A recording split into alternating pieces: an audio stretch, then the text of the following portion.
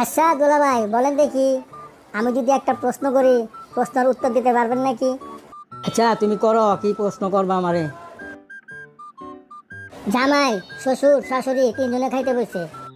শাশুড়ি জামাইরে 5টা ডিম দিয়া কইলো, জামাই এই 5টা ডিম আমাকে তিনজনের ভাগ করে দিবা। আর এই ভাগ যেন একেবারে সমান সমান হয়, কারো যেন কম না হয়, একটা সমান সমান ভাগ হইতে হইবে। 5টা ডিম 3 জনের ভাগ করে দিব। শাশুড়িরে যদি 2টা দেই, শ্বশুরের যদি 2টা দেই, তো থাকে একটা, না হইল না। আবার জামাইরে একটা, শাশুড়ির একটা, থাইকা যায় 3টা, এইটাও তো হইল না। কি করি? হ্যাঁ পাইছি, এবার কইতাছি আমি। জামাইরে একটা, শ্বশুরের একটা, আর শাশুড়িরে 3টা, একেবারে সমান সমান ভাগ হয়েছে। এইটা কেমনে সমান সমান হইলো? দুজনের একটা একটা 2টা আর একজনের 3টা, এটা কি হইলো নি ঠিক মতো? আমারে ঠিক মতন বুঝাইয়া দেন।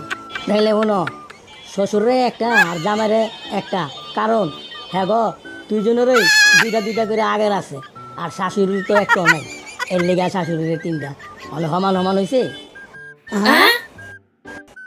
এইটাই সত্য।